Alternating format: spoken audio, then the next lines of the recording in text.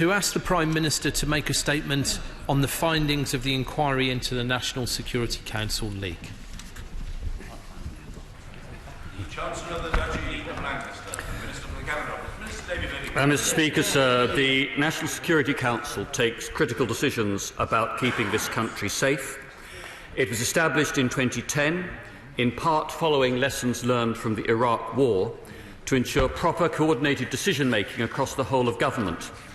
It operates with the full breadth of expertise in the room, with ministers from the relevant departments, advisers and officials, including the Chief of the Defence Staff, the Chairman of the Joint Intelligence Committee, the heads of the intelligence services and others. The decisions which it makes are of critical importance to the safety of British citizens and of British interests both in this country and around the world. For example, it is inconceivable today that the Cabinet could take a decision to commit combat troops without a full and challenging prior discussion in the NSC on the basis of full papers, including written legal advice, prepared and stress-tested by all relevant departments and with decisions formally minuted.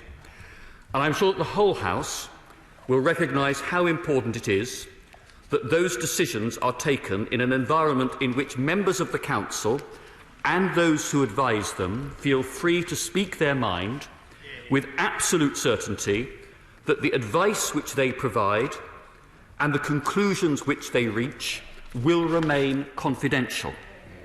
The leak investigation into the disclosure of information about 5G was constituted in order to ensure that the integrity of the NSC in general is upheld, and that vitally, participants in NSC meetings can continue to hold full confidence in its operation and the confidentiality of its proceedings. The Prime Minister has set out her response to evidence from the leak investigation last night and has thanked all members of the National Security Council for their full cooperation and candour during the investigation. The unauthorised disclosure of any information from government is serious, and especially so from the National Security Council. The Prime Minister has said that she now considers that this matter has been closed, and the Cabinet Secretary does not consider it necessary to refer it to the police, but we would of course cooperate fully should the police themselves consider that an investigation were necessary. Mr Speaker, the House will recognise that it is the policy of successive governments of different political parties not to comment on the detail of leak investigations, and I will not comment on specific circumstances or personnel decisions. Tom Watson. The primary duty of any government is to keep our country safe and secure. On that we all agree. This leak from the National Security Council is a fundamental breach of that duty. So let us be clear here. The Prime Minister believes her former Defence Secretary leaked information from the National Security Council. He vehemently denies it. Only one of these accounts is accurate. I don't think we have ever seen a leak from the National Security Council, and that's why this is so serious. The damning letter from the Prime Minister was a result of her understanding that to leak from that committee is an abdication of responsibility and public duty. It is indicative of the malaise and sickness at the heart of this ailing government. It is indicative of the sorry state the party opposite find themselves in. In response to receiving the most brutal sacking I can think of, the member for South Staffordshire has protested his innocence. Therefore, this matter cannot be, as the Prime Minister says, closed. The essential point here is that the Prime Minister has sacked the Secretary of State for Defence because she believes there is compelling evidence that he has committed a crime. But despite that, she does not believe he should face a criminal investigation. Where is the justice in that? In what world is it acceptable that the Prime Minister should be the arbiter of whether a politician she believes is guilty of criminal conduct in office should face a criminal investigation? Can he confirm that there were no leaks from the leak inquiry itself, given details seem to have been passed on to a national newspaper on the 30th of April. At the heart of this battle in the National Security Council was whether the Prime Minister's judgment that Huawei should be allowed to be part of our critical infrastructure network was sound. Many believe it was not. Our Five Eyes partners are so concerned about the UK allowing this company to participate in our 5G network that they are considering whether they can safely continue to share intelligence with us. The Minister will know that for the Americans and the Australians to raise public concerns on this matter is unprecedented. The Five Eyes network is the intelligence apparatus that has helped keep this country safe for nearly half a century. I know that. I've been a Defence Minister. I've seen the material we share with each other in total confidence. In his defiant challenge, the former Defence Secretary has put the Prime Minister's integrity and judgment in the spotlight. Whether he is guilty or not should be a question for the criminal justice system. The question the Minister has to answer today is he confident that the Prime Minister's decision to allow Huawei to participate in our 5G networks keeps this country safe and protects our intelligence relationships with our allies? Mr. Speaker, the right honourable gentleman is eliding a number of different subjects in his questions to me. On the question of the substance of the government's policy decisions, it has been said from this dispatch box already on a number of occasions that the review of 5G networks being carried out by my right honourable friend, the Secretary of State for Digital, Culture, Media and Sport, is a matter of public record. The government has committed to telling this House of its conclusions once those decisions have been taken and approved at all levels within government, and we are ready to bring that information to this House. And that will be the time for this House to both learn what the government has decided and to hold ministers to account for their decisions.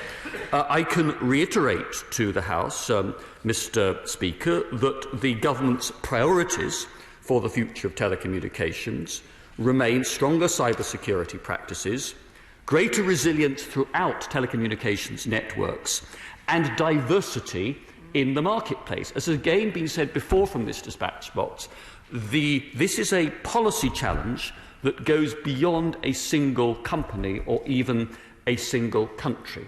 We continue to work very closely with all of our Five Eyes allies and with other international partners.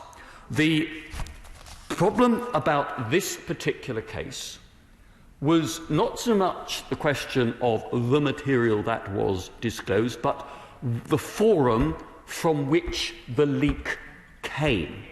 And it was to maintain the integrity and secrecy essential for the proper conduct of the business of the government of the United Kingdom, whichever party happens to be in office, that caused the Prime Minister to set up the inquiry and to take the decisions that she took yesterday.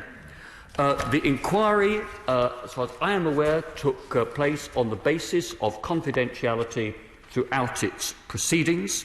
It came to conclusions that were reported to my right honourable friend, the Prime Minister, and she has taken the decisions that she announced yesterday. This boils down, Mr. Speaker, to what is set out in the Ministerial Code at paragraph 1.6, which states that ministers only remain in office for so long as they retain the confidence of the Prime Minister. She is the ultimate judge of the standards of behaviour expected of a minister and the appropriate consequences of a breach of those standards. Sir Michael Fallon. My right honourable friend agree that it is not only the work of our intelligence and security services that could be compromised by unauthorised disclosure, but also the Council's access to information and advice provided by our allies on a top-secret basis. And can he reassure us, therefore, that our allies have been reassured in turn that this sorry episode will not be repeated? I mean, appropriate contacts are, of course, being made with our key allies, as my right honourable friend would expect. And he's absolutely right in the point that he makes. I mean, certainly I, like he, can recall discussions which involve not only the highest level classification material within the UK government system, but also the sharing of information disclosed to us in confidence by some of our key allies.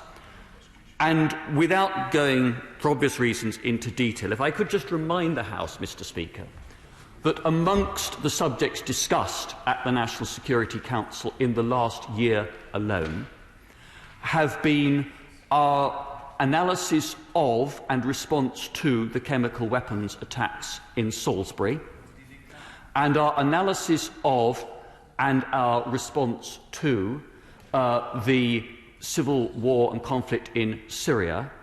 I think members on all sides of the House will appreciate the importance of these discussions being remaining confidential at all times, and for all participants to have full confidence that that will continue to be the case. Stuart Malcolm MacDonald. Thank you, Mr. Speaker. This is a most disgraceful episode from the right honourable gentleman for South Staffordshire, but fair play to the Prime Minister in acting as swiftly as she did. But I'm afraid it is not in her gift to say that the matter is closed. The fact we're here today shows that it's far from closed.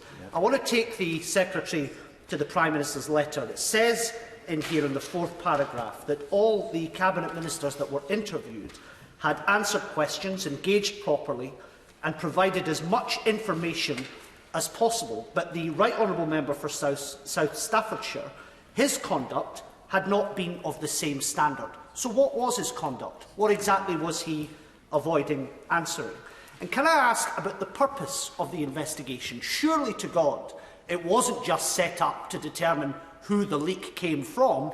Surely, when that is determined, there has to be a more severe consequence than just losing your position in Cabinet. If the integrity of the government, what's left of the integrity of the government, isn't going to be shot to pieces any further, then there has to be a much more severe consequence. So can he tell us, does the Right Honourable Member who has been sacked have a future in the Conservative Party? Will he be suspended from the Conservative Party? Will he be eligible for future candidacy within the Conservative Party? And will he have his CBE removed by the government as well? And finally, can the Secretary stand at the dispatch box and answer a very clear question? Has the Official Secrets Act been broken? Yes or no? Minister. On the terms of the honourable gentleman's final question to me, that is not a judgment which I or any other minister in any government can make. Whether a criminal offence has been committed is a matter for independent prosecution authorities and ultimately for the courts. I did say earlier, Mr. Speaker, that I'm not going to go further than has been set out already in the Prime Minister's public statements about the details of the investigation and its conclusions. I think that members on all sides of the House will recognise the history of very close working relationships between my right honourable friend, the Prime Minister, and my right honourable friend, the member for South Staffordshire. And that, I think, ought to persuade the House that the Prime Minister would not have taken the decision that she did were there not compelling evidence and no credible alternative explanation of what had happened. My right honourable friend, the Prime Minister, in her letter, did, as the honourable member mentioned, say that the conduct surrounding the investigation by my right honourable friend, the member for South Staffordshire, and his team was in contrast with the full cooperation experience in respect of other ministerial members of the NSC and their teams. And my right honourable friend came to the decision that she announced last night. In terms of the honourable gentleman's requests for further punishments. Obviously, honours are a matter not for ministerial decision, but for an independent committee in any case. But I would just say to the honourable member that my right honourable friend, the member for South Staffordshire, has lost a job that he loved and to which he was utterly committed, and I think that should stand. Mr. Dominic Grieve. Thank you, Mr. Speaker. I entirely endorse the words that my right honourable friend used when he made his statement, and the absolute necessity that the working of the National Security Council be kept confidential, without which our allies cannot trust us, and indeed it would become impossible to discuss secret matters within government.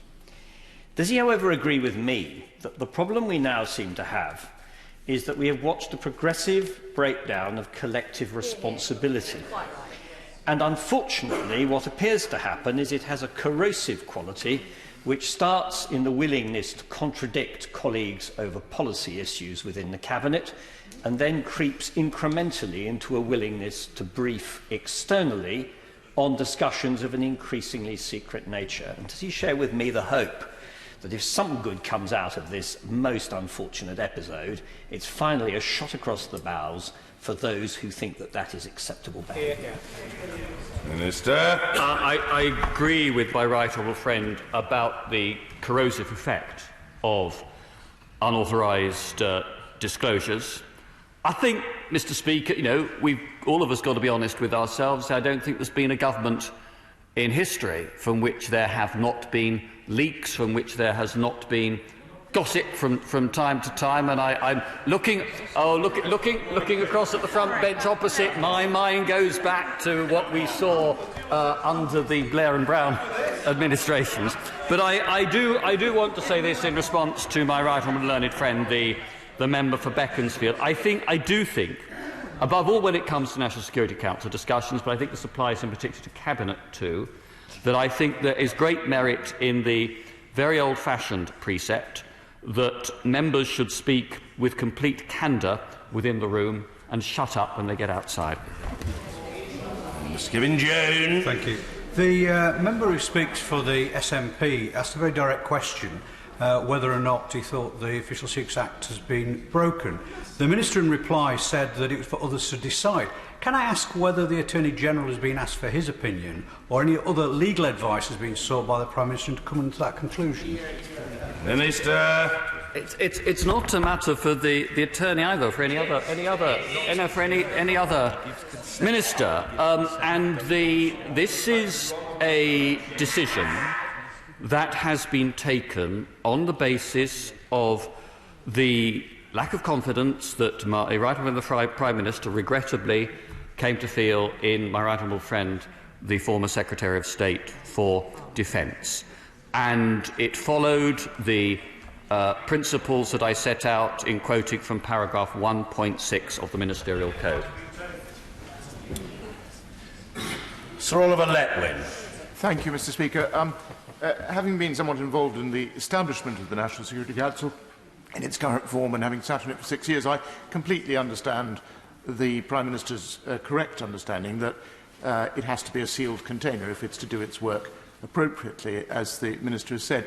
But would he agree with me that, notwithstanding the rather brilliant confections of members opposite, actually on this occasion, thank goodness, so far as the substance is concerned, and regardless of its legal standing, which I accept is a matter for others to decide, actually there does not appear to have been a compromise of any classified information? Minister. Well, I think it's. I don't want to rush to make that assumption, because normally all papers that are considered by the National Security Council are at an extremely high level of classification.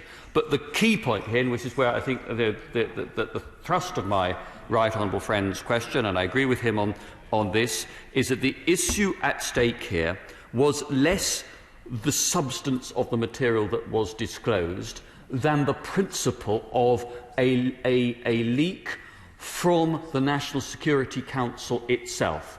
Because the fact of that leak, that breach of confidentiality having taken place, is what puts at risk the mutual trust which is essential for all ministers and advisers attending those meetings to have in one another, and also the trust, as my right honourable friend, the member for St Oaks said earlier, the trust that we expect our allies to have in respecting confidentiality of the material they share with us.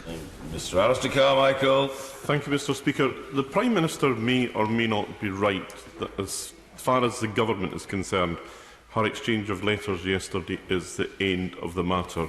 But surely when it comes to matters in this House, different considerations apply.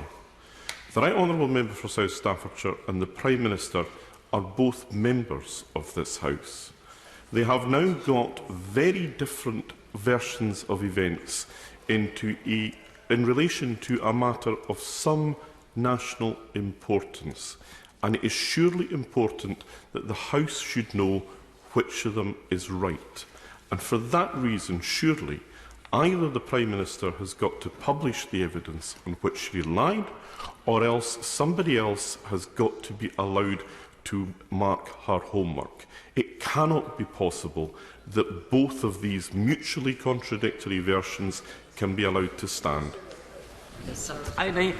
I have to say to the right honourable gentleman that what we're talking about here is a leak inquiry carried out on the instruction of the Prime Minister on behalf of the Cabinet Secretary by another appropriate official about the unauthorised disclosure of proceedings of the National Security Council.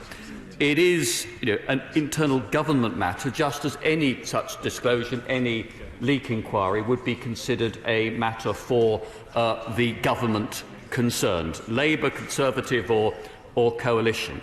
And I really don't think it would be right to be in the position where the House collectively tried to establish itself as an investigating authority into internal matters relating to the conduct of ministers as members of the government or the conduct of officials as members of the government. Those are matters that it is quite proper for the government to determine, and for ministers then, as I am doing this morning, to come and explain the government's decision and be held to account by the House.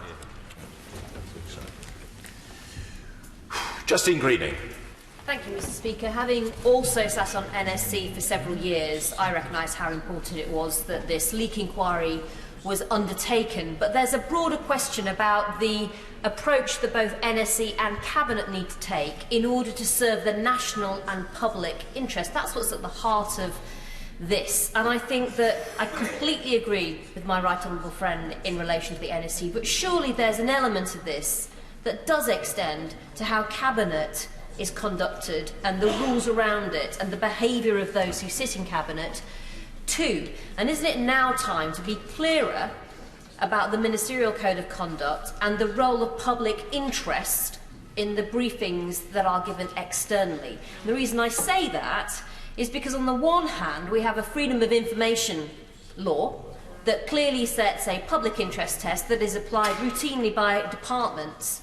And yet it does seem to me that those Secretary of States running those departments can routinely set that public interest test themselves without any regard for the way in which their officials would do it on a day-to-day basis, almost certainly excluding ever publishing advice to ministers to the public when they've asked for it.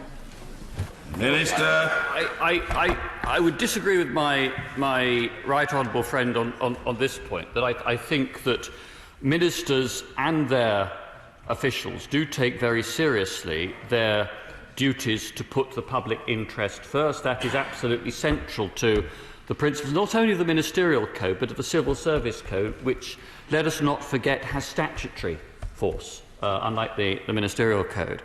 And in my experience in the last 9 years in government, these are principles that ministers take very seriously indeed, and their officials, particularly senior officials, are very clear and robust about reminding ministers about those duties. Where I agree with my right honourable friend is that I hope that there will be lessons learned from this particular episode about the importance of mutual trust and confidentiality of Cabinet proceedings. Anna Soubry.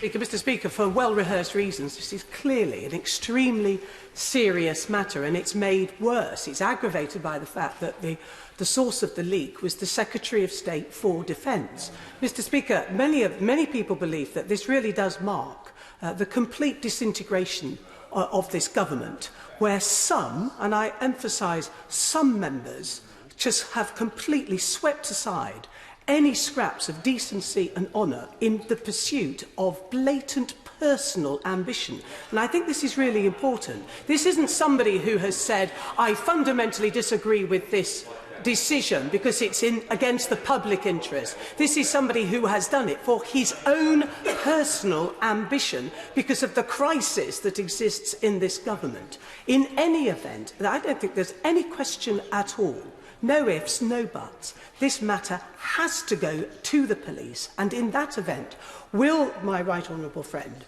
undertake that the government will fully cooperate at all levels, all ministers, all aides, all officials, including special advisers, in that police investigation which is now critical? Minister. Mr. Speaker, if the police consider that an investigation is necessary, then the government at all levels, ministers, officials and special advisers will give full cooperation. Sir Edward Lee. In this country, we believe in natural justice. In any company, the civil service, anywhere else, if you are accused of a disciplinary offence, let alone a criminal offence, you are given a chance in an impartial forum to prove your innocence. As a matter of natural justice, how is the former Defence Secretary now going to be given an opportunity to prove his innocence? Very good. Minister. I say to my right friend that my right friend, the member for South Staffordshire, has not been accused of any criminal offence, but sadly he has lost the confidence of my right honourable friend, the Prime Minister. Therefore, she has acted in accordance with the principles set out in the ministerial code. Chris Bryan. It's difficult not to sympathise, to be honest, with the former Defence Secretary, because in a kangaroo court you can't prove yourself innocent. That's what a lot of us are worrying about. And if he has done what is alleged, then of course he should face the full criminal law. But the Secretary of State is completely wrong when he says that it's nothing to do with the Attorney General. The Official Secrets Act states quite categorically that a prosecution can only proceed if the Attorney General allows it to. And any member of the public can go to the police and demand that there be a full investigation, and I suspect lots of people will. So has the Attorney General's advice already been sought? And how will the former Defence Secretary be able to make his representations to the Attorney General? The honourable gentleman is mixing up a number of different things. The Attorney General's consent is required to prosecution under the Official Secrets Act. The Attorney General has no power to initiate an investigation or a prosecution. He is also, Mr. Speaker, continuing to confuse 2 points. What we are dealing with here, at the heart of the issue and the decision coming before the Prime Minister yesterday evening, was not so much the substance of what has been disclosed, but about the fact that the leak was of proceedings of the National Security Council, and therefore whether or not the various harm tests under the Official Secrets Act were met in this particular case. The Prime Minister came to the decision that, regrettably, she no longer had confidence in my right honourable friend, the member for South Staffordshire. That is why she came to the decision that she did in her assessment of the public interest. The right honourable gentleman, the member for New Forest West, looks as though he was about to start a sprint. And I think he must be heard. Sir Desmond Sway. Thank you, Mr. Speaker. Outside this House, a right honourable member is being called a liar. And inside this House, a number of honourable members have implied as much.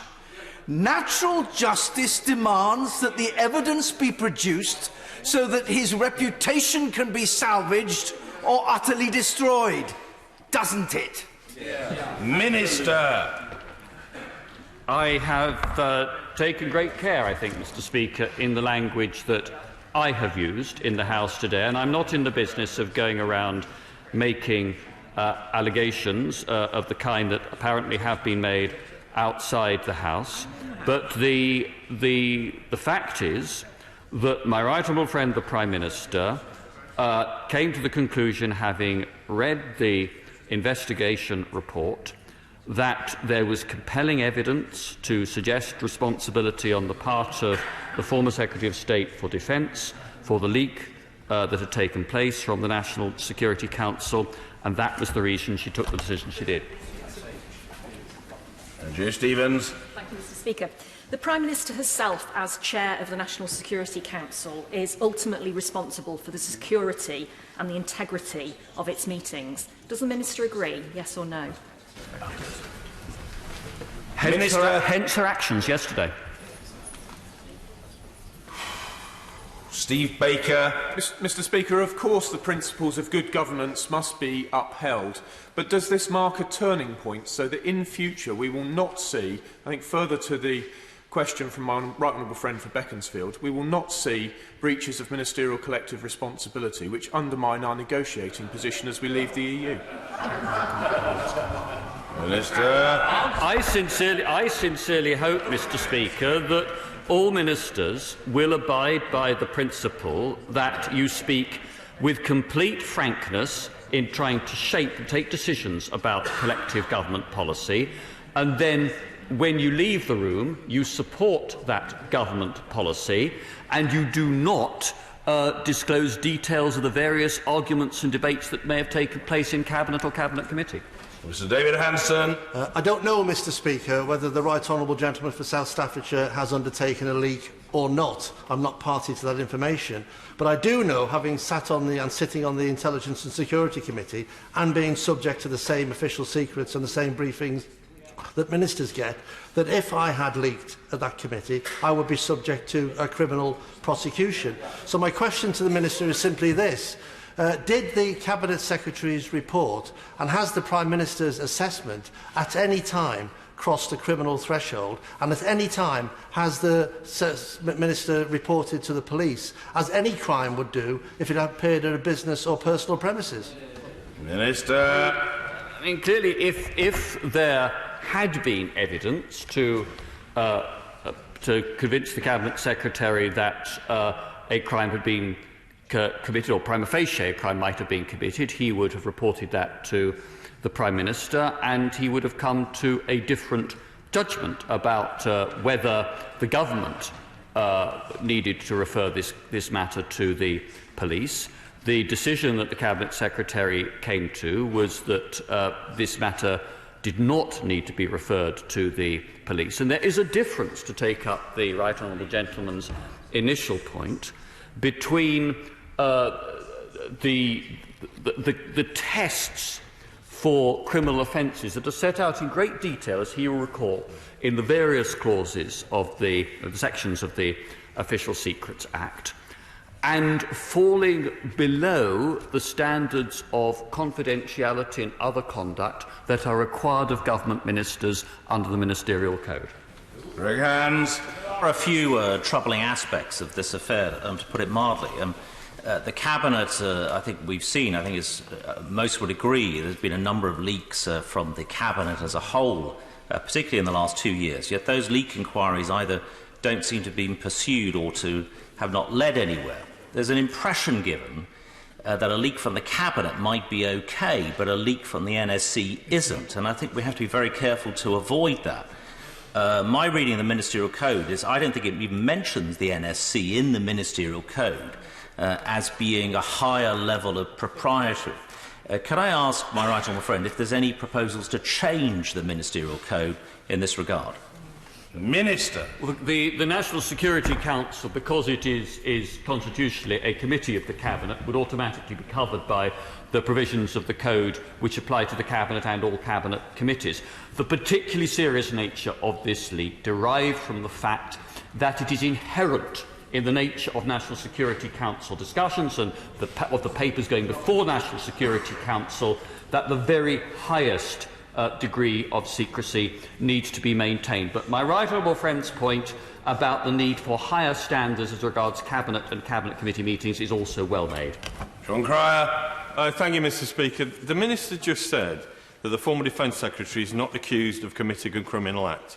If he broke the Official Secrets Act, then he is accused of committing a criminal act. Can you now answer the question that's been asked 3 times and he's failed to answer? Has the advice of the Attorney-General been sought or not? Minister. As I said in response to an earlier question, Mr Speaker, the role of the Attorney-General under the Official Secrets Act is not to authorise or initiate investigations.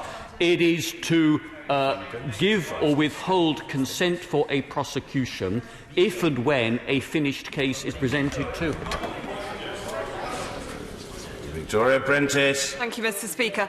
I know from sitting firmly on the other side of the official ministerial divide how hard it is to get officials, let alone our allies, to share important and in particular secret information with ministers at all. Would my right honourable friend agree that what matters here is that we protect the integrity of the National Security Council if it is to operate at all properly? Minister. Yes, I agree wholeheartedly with my honourable friend. Dr Sarah Wollaston. How can this matter be closed as far as our security partners are concerned, given that the member for South Staffordshire has said that he is innocent? Can I ask the Secretary of State whether at any point he has been interviewed under oath at any stage during the investigation? Because I note that he is not here to set out his position on the floor of the House, and I think it's absolutely vital for our security partners now to have confidence. If it wasn't the former Secretary of State for Defence, who was it? I think our security partners can have confidence that the Prime Minister has acted swiftly and resolutely to uphold the essential integrity and secrecy of National Security Council proceedings. Mr Peter Bone. Thank you, Mr Speaker. First of all, I think it's regrettable that the Deputy Prime Minister didn't offer to make a statement to the House, but they had to respond to an urgent question. Also, that he is not, sir, giving away information that members are requesting. The former Secretary of State has said that on the lives of his children that he did not leak the information.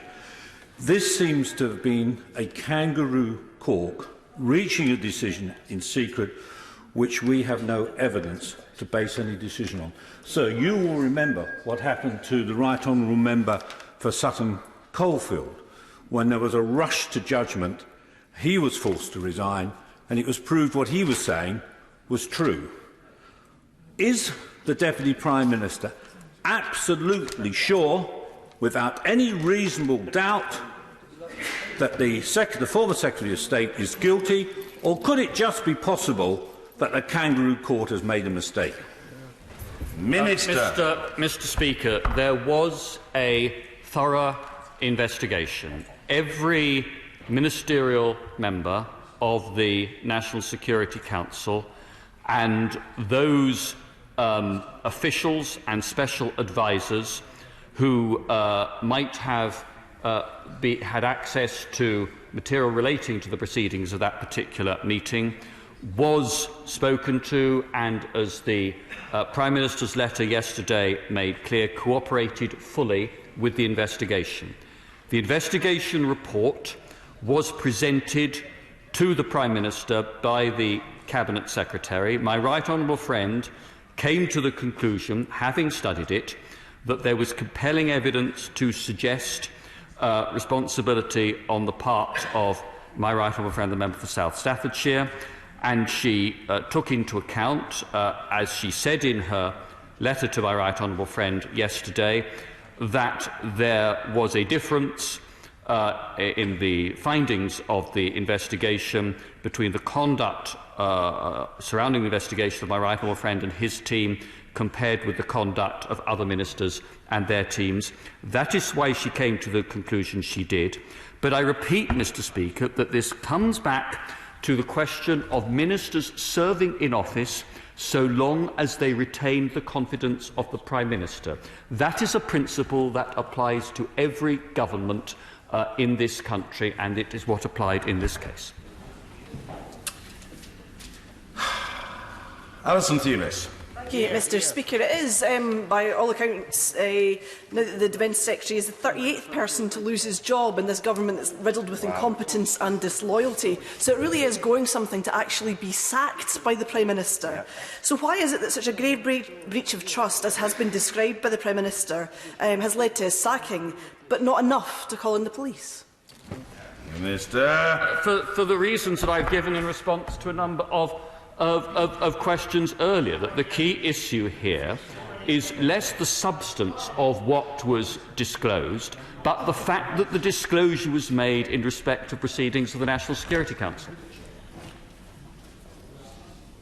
Well, Pritchard. Thank you, Mr Speaker. Notwithstanding the particulars of this case, is it not time for the government to finally bring forward the espionage bill, which of course will include complete root and branch reform, long overdue reform of the Official Secrets Act?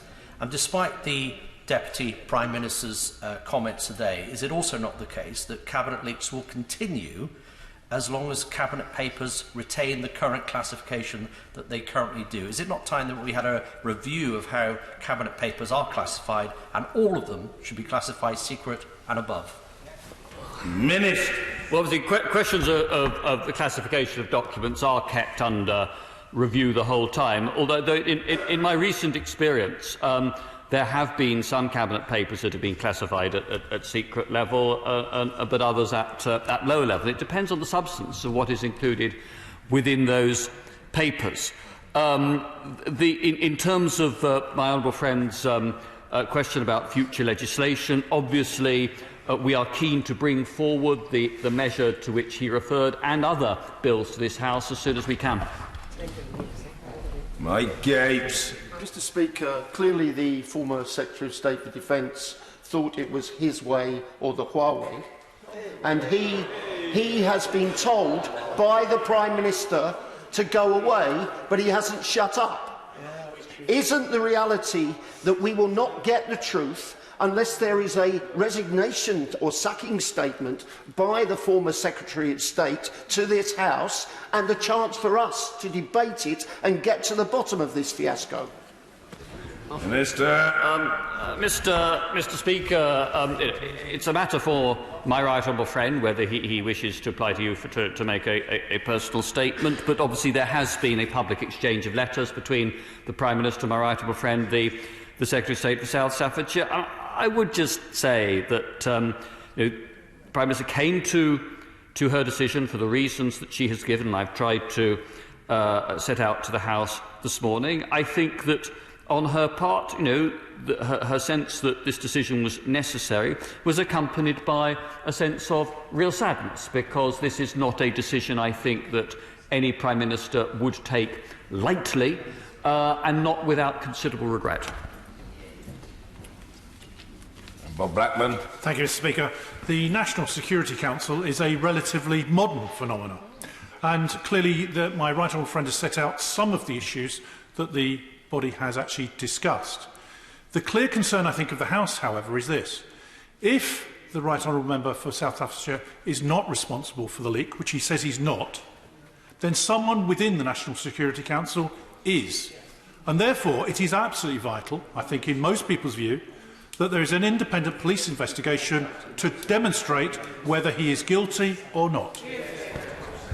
It's obviously for the police to decide whether they believe that this case merits a police investigation, but it's not the job of the police to conduct leak inquiries of material disclosed within the government. There is an established system for doing this, and as my right friend the Prime Minister set out in her letter to the former Defence Secretary, she concluded that there was no alternative explanation to this particular leak that she found credible. Mr Speaker, the events of the past week have brought into sharp relief both the importance of handling such sensitive information responsibly, but also the perception that it is undertaken securely. And with this in mind, can I ask the Deputy Prime Minister for his reassurance that if the government had concerns that the Official Secrets Act may have been broken, that it would be referred to the relevant authorities? I mean, clearly, the Cabinet Secretary, in coming to his judgment, made a careful assessment of those matters, but the judgment is that this is not something that the government should refer to the police. Prime Minister does consider the matter now closed. And again, Mr. Speaker, I repeat, it is the fact that this was a disclosure from the National Security Council that was at the heart of the seriousness with which this matter has been taken. Mr. Simon Hall. Thank you, Mr. Speaker.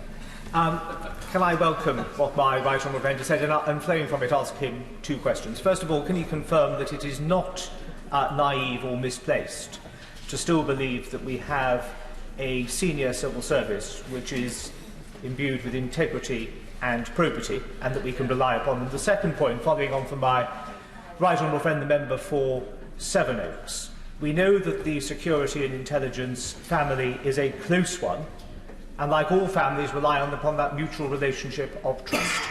Can my right honourable friend assure me in the House that rather than just taking for granted that our allies consider that we are still trustworthy and steadfast, we will go out proactively and positively and reaffirm that case, because not to do so would clearly put our country at risk? Mr. Speaker, I would say to my honourable friend, yes, I am very confident in the fact that we have an impartial, professional senior civil service that will serve and is always ready to serve the elected government to the best of its ability, whatever political stripe that elected government bears.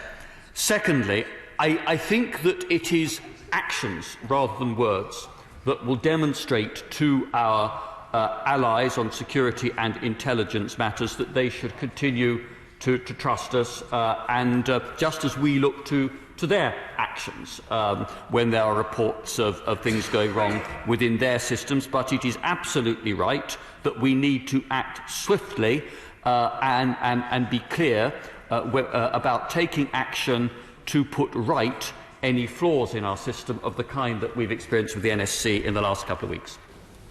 Tommy Shepherd. Mr. Speaker, given this has never happened before, isn't the real question here, how can it be that the former Defence Secretary, or indeed anyone else, has felt so emboldened and confident to leak confidential information now? And isn't the answer to that, in large part, that this government is so fractured and weakened that it has lost the authority and cohesion to be able to govern, a process that will now be compounded by the government beginning to eat itself alive in the search for a new leader? So isn't the real way to guarantee that this doesn't happen again for the government to put itself out of its own misery and call a general election? Minister! It takes a bit of brass neck, Mr. Speaker, for a member of the SNP to talk about fights between party leaders, but the truth is, Mr. Speaker, that the Prime Minister has taken very firm and swift action in response to the leak investigation that was carried out on her instruction, and the government is getting on with the task of developing policies designed to protect and enhance the national security of the United Kingdom in respect both of the safety of our citizens and the defence of our interests around the world. Mr. Philip. All members of the National Security Council have sworn the Privy Council oath, and top-secret material is circulated and discussed. If a leak of information from the National Security Council isn't a breach of the Official Secrets Act, what is? The various tests for a criminal offence are set out in detail in the Official Secrets Act, and whether or not that threshold has been breached depends on harm tests, and those harm tests are different depending on what category of information, the contents of information we're talking about. James Cartledge. Thank you, Mr. Speaker. Surely one risk of this leak is that it effectively predetermines the public mood on the substantive issue of why, in a more hawkish fashion. before we have come to our own policy conclusions. And so can I say to my right honourable friend, of course the Five Eyes are our most important allies and we have to do everything we can to reassure them, but we are also a sovereign country. We have our own unique circumstances and our own more nuanced position with Beijing. And so can I urge him to continue all of the work across Whitehall in a calm and deliberative fashion, but above all in an objective fashion, so that we come to the right policy on the point of substance. I'm grateful to my honourable friend for those comments, and he's right. And it is vital in carrying out that work that we have a forum in the National Security Council where the intelligence chiefs can talk frankly to ministers about their assessment of the balance of risks and threats that this country faces, and where ministers, taking account of the best advice available to them, can weigh up how to strike the right balance between this country's future and developing security interests, our future and developing economic interests, to try to steer a way forward that delivers the best outcome for the people of the United Kingdom. Thank you, Mr. Speaker. Should any evidence or confirmations by individuals involved in writing up this story come to light, disproving these allegations, what would the consequences or the implications of that be? Well, my honourable friend's inviting me to engage in a bit of hypothetical speculation, but I would say if there were to be any such clear evidence, then I think the Prime Minister would want that reported to her immediately and given to her in full. That would clearly need to be the provision of information that provided some other credible explanation for the leak that has taken place. Bob Seeley. Thank you very much indeed, Mr. Speaker. I hold the Secretary of State in very high regard. Last week, during PMQs, he implied that Huawei was a private firm, effectively arm's length from the Chinese state, as one of our own firms would be. Isn't it the case that that is, at best, a half-truth? That Huawei is effectively 99% owned by Chinese trade unions, that is effectively being part of a one-party state, and therefore Huawei is effectively an arm of the Chinese state.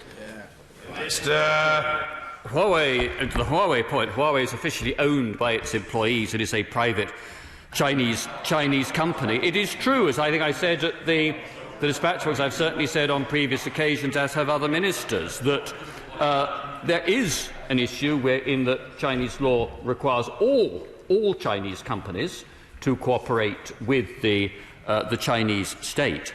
But as I said earlier, Mr. Speaker, in response to another question, the review of 5G goes beyond a single company or a single country, because what we need to do is to make sure, amongst other objectives, that we have a diverse marketplace so that the government has a genuine choice of suppliers available to it. Thank you.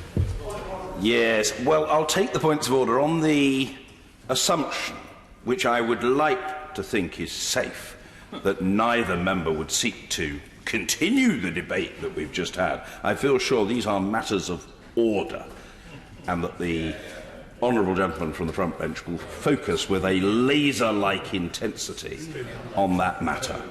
Mr. Tom Watson. Mr. Speaker, in his answer to me earlier, the Secretary of State said that the matter for the police, the matter to investigate a criminal act, is a matter for the police, not for ministers. Can you assist me what remedy there is if I think he may have inadvertently misled the House on that? Whilst we have been in the chamber, the Metropolitan Police have told ITN News that the matter to investigate is a matter for the Cabinet Office, and if they share the information with the police, they will investigate, but they won't investigate unless the information is shared. Will the Deputy Prime Minister clear this matter up? Is there a way he can do that? Perhaps he could agree to share the information with the police from the dispatch box. Well, the honourable gentleman, as I think he knows, has found his own salvation. By means of the attempted point of order, he has registered his point, and he's placed on the record information which may have been known to some members, but, for example, was certainly not known to me, because I've not been consulting electronic devices, but merely attending to my duties in the chair. If the Minister wishes to respond, he's free to do so, but there is at this point no sign of him uncoiling. But I know the honourable gentleman, is a dogged terrier, and I feel sure he and others will pursue these matters if they feel so inclined in the days ahead. A former Rottweiler, he says. I'm not sure I see the appropriateness of the inclusion of the word former. And point of order, Mr. Stewart Malcolm MacDonald. Mr. Speaker, further to the point of order from the shadow front bench, in response to the Right Honourable Member for Gainsborough, the Deputy Prime Minister said that the Right Honourable Gentleman for South Staffordshire was not being accused of a criminal offence. But in response to my question, he said that that was not for him to determine. And given the further information just shared by the Labour front bench, both of those things don't stack up, Mr. Speaker. So I wonder if the Deputy Prime Minister felt he should, if you would indulge in coming to the dispatch box to clear up these issues that have been raised by myself and the Labour front bench. Well, I would if he did, but he doesn't, so I won't. But I rather fancy that these matters will be explored further in the days ahead. Realistically, it doesn't seem to me that there's very obvious scope for the scrutiny of this matter further in the Chamber today. But who knows what subsequent days might bring. And the Secretary of State for Transport, Secretary Chris Grayling. Well, Mr. Speaker, as you're aware, the Government is now reviewing our contingency planning for a no-deal EU exit in the wake of the recent developments. No decisions have yet been taken for what will prepare for the new EU exit date of the 31st of October. Of course, many of the preparations that were made for the 29th of March are still in place, Mr. Speaker. The planning assumptions which underpin the original maritime freight capacity activity will need reviewing in the light of the Article 50 extension to understand if they are still valid. A collective view will then be taken across government as to the necessary contingency plans that will need to be implemented, including working closely with the Department of Health and Social Care and DEFRA to understand the needs of their supply chains. Mr. Speaker, you'll recall that in December we entered into contracts with ferry operators to provide additional capacity into the UK as part of no-deal planning. Those contracts were scheduled to run up until September. They were an essential insurance policy to ensure the continued supply of Category 1 goods, primarily medicines and medical devices for the NHS, in the event of a no-deal Brexit. As I've indicated to the House previously, the reason we took that step was a change to the modelling carried out across government, which indicated that flows across the short straits could fall significantly, and crucially for significantly longer than had previously been proposed by our analysts. It would have been irresponsible for the government not to act as no deal was and remains the legal default. This was an insurance policy, and insurance policies are a prudent investment whether or not they are actually used. Following the Article 50 extension until the 31st of October, the Government has now decided to terminate the current contracts with Brittany Ferries and DFDS with immediate effect to minimise the cost to taxpayers. The termination of those contracts costs £43.8 million. That's lower than the NAO's estimate of the total termination costs. And I should say, Mr. Speaker, that represents around 1% of the overall £4 billion package of no-deal EU exit preparations, which this Government has wisely taken to ensure we are ready for all eventualities. Alan Brown. Thank you, Mr. Speaker. Mr. Speaker, I do wonder if we ever get to the bottom of this whole mess, and truthfully, the Secretary's statement there doesn't give us any more clarifications in terms of what the Government's doing in terms of no-deal preparations. Now, initially we were told that the initial contracts were part of emergency procurement for the unseen scenario of a no-deal Brexit, despite us being assured that the Government had actually prepared. Then we're to believe the logic in handing an emergency service contract to a company with no ships and no financial backing. Then an urgent question with the Health Minister advising us that these contracts were needed for shipments of priority goods such as medicines. The Secretary repeated that in his statement. So if that was the case, why did these contracts automatically kick in March the 29th and not actually be linked to an actual no-deal scenario whenever that no-deal exit happens? What exactly did these contracts procure, and why is it taking a month for the latest contracts to be reviewed and then cancelled at this cost of £43 million? What is the Government doing in terms of the next possible no-deal Brexit date of October 31st? Because it's quite clear planning needs to happen now if the previous contracts had to be entered in December for a March kick-in date. So it's obvious the Government should be working on this right now. In the emergency debate that was granted, Mr Speaker, in terms of these contracts, I asked about the possibility of further legal action, and the Secretary of State assured me that there would be no further legal action. I said at the time, I hae my doubts, is what I said. So it comes as no surprise that we now learn that P&O ferries are suing the government. So when did the Secretary of State find out about P&O's intentions? Where has that got to? Is it going to go through the courts, or is it going to be a cave-in and another £33 million settlement?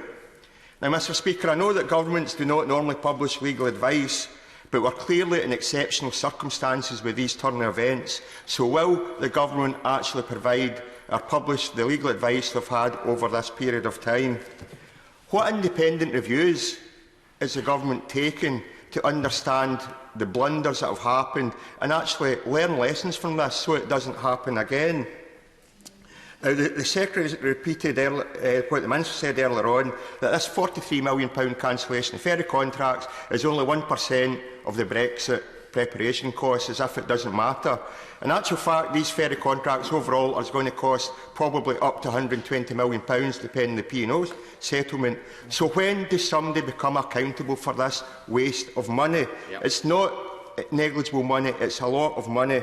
Mr Speaker, many people ask me, why is the Secretary of State still in post after all his blunders?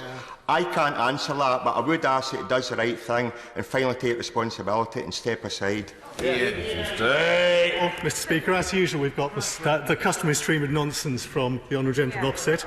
I have no intention, first of all, Mr Speaker, this has been and will continue to be scrutinised by the National Audit Office, who are the appropriate people to do so. I'm not going to comment on ongoing legal matters, except to say the Government vigorously disagrees with P&O and will defend it to the hilt. I really, though, don't think, Mr Speaker, you either listened to what I was saying today or has been listening the last few times I've talked to this House about this. The fact is he's disagreed all along with the steps we've taken. But if I could just read to him a small excerpt from a letter I received last month, which said, my officials have also asked that critical exports should be given priority access to the additional ferry capacity secured by the UK Government where this is not required for essential supplies. That request, Mr Speaker, clearly recognising the need for that capacity, came from the Cabinet Secretary, the Cabinet Minister in the SNP Scottish Government. Sir Desmond Swain. But we wouldn't have had to spend the money if the honourable gentleman's party opposite had voted for the agreement. But is my right honourable friend looking forward to the return of duty-free on the ferries as much as I am? Well, Mr Speaker, it's very much my hope we do reach an agreement and the duty-free won't be necessary. I'm sure if it becomes necessary, he may have that opportunity. But he makes a good point. So members across this House who complain about the money that we've rightly spent on an insurance policy against a no-deal outcome, the way of preventing that money being spent would have been to vote for the deal. And parties opposite have systematically refused to accept that what is before this House and has been before this House is a sensible deal to deliver a sensible future partnership with the European Union. It is just a shame that they've always been unwilling to accept that. Andy MacDonald. Mr Speaker, on the 5th of March, I told the Secretary of State that his settlement with Eurotunnel risked further litigation from other companies. I warned that taxpayers could face more compensation bills in the tens of millions of pounds, and I was dismissed. But I was right and he was wrong. His department is now facing legal action from P&O Ferries, and this all flows from his decision to award a contract to Seabourn Freight, the ferry company with no ships. The Secretary of State bypassed procurement processes to award contracts, rules that were put in place to prevent this sort of waste of public money, and awarded a contract that was in breach of UK and EU public procurement law. As a result, he made a potentially unlawful £33 million settlement with Eurotunnel, promoting P&O to take legal action. Who made the decision to bypass procurement rules? Was it the Secretary of State, and does he accept responsibility? The Transport Secretary should have recognised his Eurotunnel decision risked further litigation. Why did he dismiss my concerns, and was he poorly advised? And yesterday we discovered that the Department must pay around £43.8 million to cancel no longer needed ferry contracts. Given the entire Brexit process has been characterised by uncertainty, why didn't the Transport Secretary negotiate contracts that could be delayed if the Brexit date was delayed? If he had, he could have avoided this colossal waste of money. And what is his estimate of the total cost to the public of his no-deal contracts? Mr Speaker, every other week MPs must debate the Transport Secretary's latest costly blunder. I'm afraid that this will continue so long as the Secretary of State remains in post. Mr Speaker, this country can no longer afford the Secretary of State. Well, Mr Speaker, it's just indicative that the Labour Party did not believe, does not support the need for this government and this country to make sure that in all circumstances the National Health Service receives the drugs it needs. And I'm afraid that is just irresponsibility on his side. Now, he raises various questions about this. He mentioned seaborne freight. The legal action with Eurotunnel had nothing to do with seaborne freight because the contract with seaborne freight had been terminated several weeks before, after they had secured ships, but when their principal financial backer withdrew.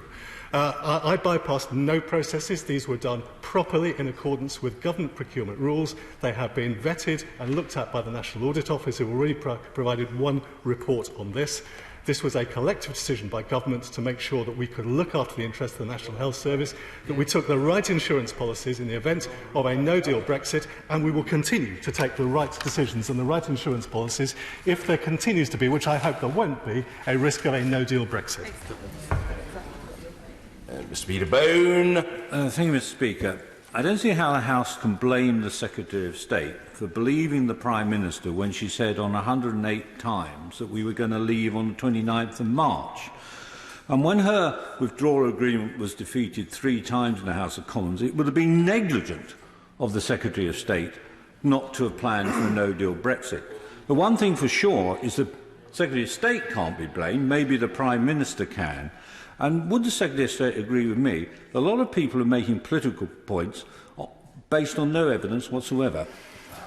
Well, this is absolutely the central point. This process was carried out properly in the context of the legal advice that was available, in the context of the needs elsewhere in government. My department never needed any ferry capacity. This was procured because other departments did. If further contracts are let in the future, it will be because other departments need for services like the National Health Service. The party opposite seems more interested in trying to score political points than actually supporting securing drug supplies for the National Health Service. Tom Brake. Speaker, on the 11th of February, column 623, the Secretary of State said in response to my question, re the ferry procurement, I have been absolutely clear that this procurement was dealt with very carefully by officials in my department and in the Treasury. Now, whilst the Secretary of State may believe this matter was dealt with very carefully, I think the rest of the world believes otherwise, and that in fact he's reached dizzying new heights of incompetence. The Secretary of State's latest bungling has cost an extra £43 million on top of the £2.7 billion he has cost us so far. But if the P&O win their case, how much more is the Secretary of State going to cost the taxpayer? And will that be the point at which the Secretary of State finally accepts that he has no choice but to resign? Well, I know the honourable gentleman doesn't believe in Brexit. He clearly doesn't believe in no-deal preparations. And he clearly didn't listen before when I said what I said. We took decisions. I have set out exhaustively in this House why we took the decisions we did, why we responded in the way that we did to the legal advice that we had, and we simply took steps to make sure that we were ready for a no-deal Brexit. The responsible thing to do, he might not agree with it, but that's what we've done. Chris Davis. Thank you, Mr Speaker. What steps is my right honourable friend taking to reduce the amount that had to be paid to the ferry companies involved? Well, I mean, it's an important point. We have paid a reduced cancellation charge, as set out in the original contracts, if we did not need, as a result of a changed circumstance. And the changed circumstance, of course, is that the potential no-deal date has moved by 7 months. And nobody seriously expects we would be paying to have ships either sailing empty or moored at the quayside for that time. But, of course, the companies incur costs by leasing extra ships, taking on extra staff, which has to be met. What we negotiated at the start was a cancellation level of payments that meant we didn't have to pay the full amounts of the contract and mitigated the cost to the taxpayer of the insurance policy we took out. OK, that's great. Joe Stevens. Thank you, Mr Speaker. The private sector has no faith in the Department of Transport's ability to undertake procurement properly. Confidence has been lost. So is the Secretary of State not concerned that his own incompetence will reduce future private sector investment in the transport sector? Well, I don't know what she's talking about, but she's not specific. I'm not aware that he says the private sector has lost confidence in the Department's procurement. That tends only to be the case if people haven't won contracts. John Howell. I have continuously voted for the deal, as the Secretary of State knows, and the insurance policy is there to protect both exports and imports to the UK. So I fully accept what he's saying about that, but I wonder whether he would join me in trying to get a change to the procurement rules so that they include a substantial element of alternative dispute resolution to make the whole thing cheaper and quicker. Well, absolutely. I mean, I regret that anybody, any big company, particularly in the case of Eurotunnel, they would take a decision to pursue a legal action at a time like this when the government is seeking to operate in the national interest. But the law is the law, and we have to fulfil it. And I absolutely agree with my honourable friend that alternative dispute resolution is a good way, when it can be delivered, of resolving things. Kevin Jones. The criticism isn't that preparation shouldn't have been made. The criticism is of the way in which these contracts were actually awarded.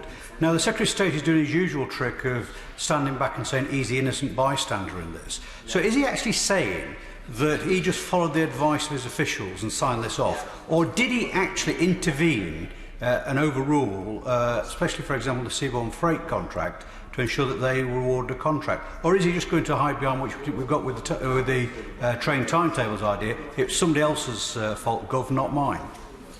Categorically say, Mr Speaker, I have not intervened in any matters relating to the decisions to let these contracts, how they were let and what the recommendations were about letting them.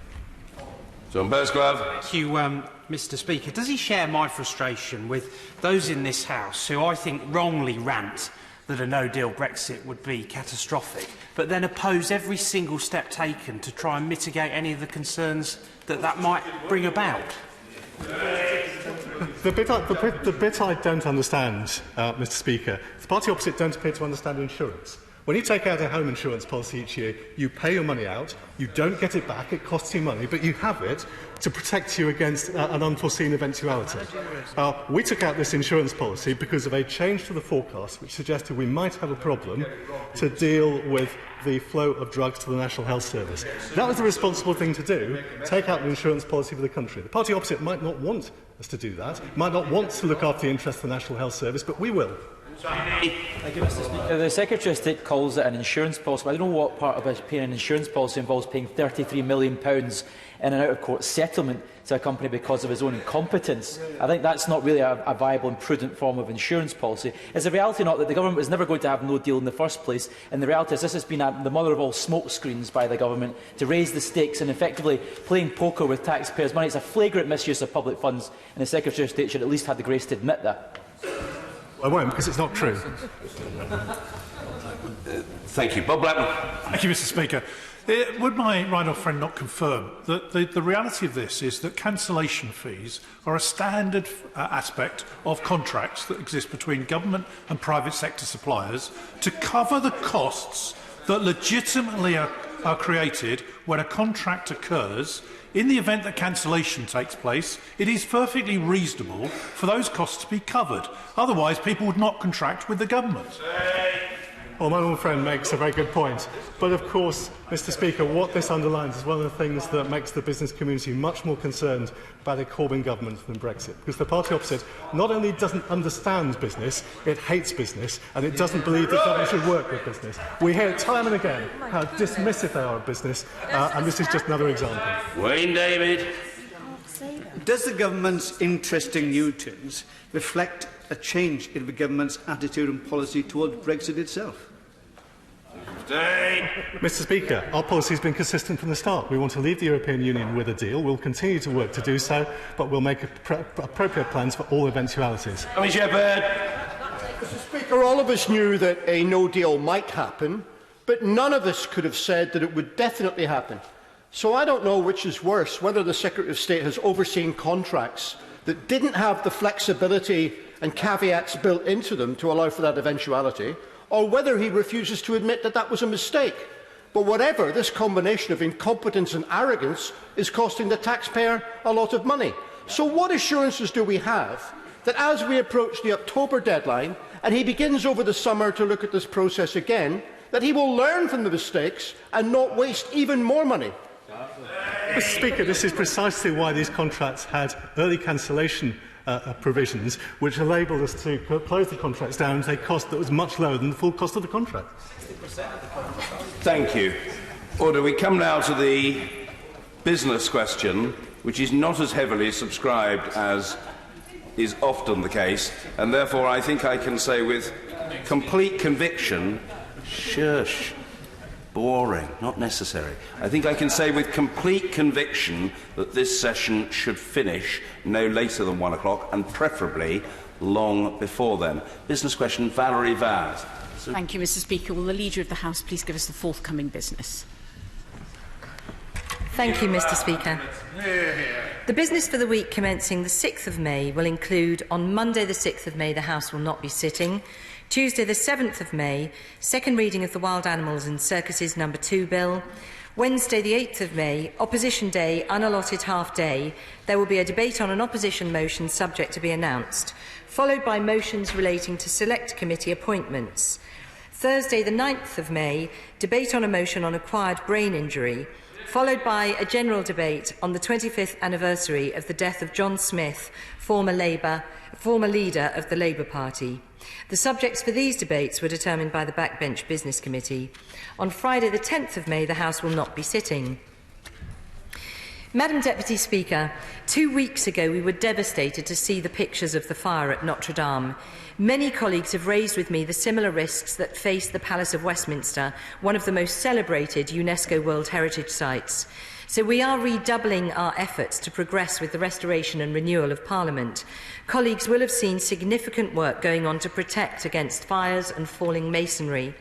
I'm pleased that next week the Government will publish its response to the Joint Committee's scrutiny of the bill, and I hope to announce further news on the bill itself shortly. In addition, next Wednesday the House of Commons will launch a public consultation on the Northern Estate programme, which is a vital step in making sure we have decant accommodation when the major works get underway. There will be a briefing for all members on the 8th of May in Portcullis House, and further details will be sent to colleagues later today. Madam Deputy Speaker, this week is Maternal Mental Health Week, dedicated to talking about mental illness during pregnancy or after giving birth. Giving every family with a new baby the best start in life is a real passion of mine, and I know many colleagues across all parties share a real commitment to providing better support during the first 1,001 days of a baby's life. Finally, a display about Baroness Thatcher's life will be installed on the first floor of Portcullis House on Friday the 3rd of May, and I would encourage all members to visit. As yesterday's debate on climate change demonstrated cross-party commitment to tackling this global crisis, we should remember that she was one of the first world leaders to recognise this challenge when she said to the United Nations in 1989, "Of all the challenges faced by the world community, one has grown clearer than any other in both urgency and importance: the threat to our global environment." Thank you.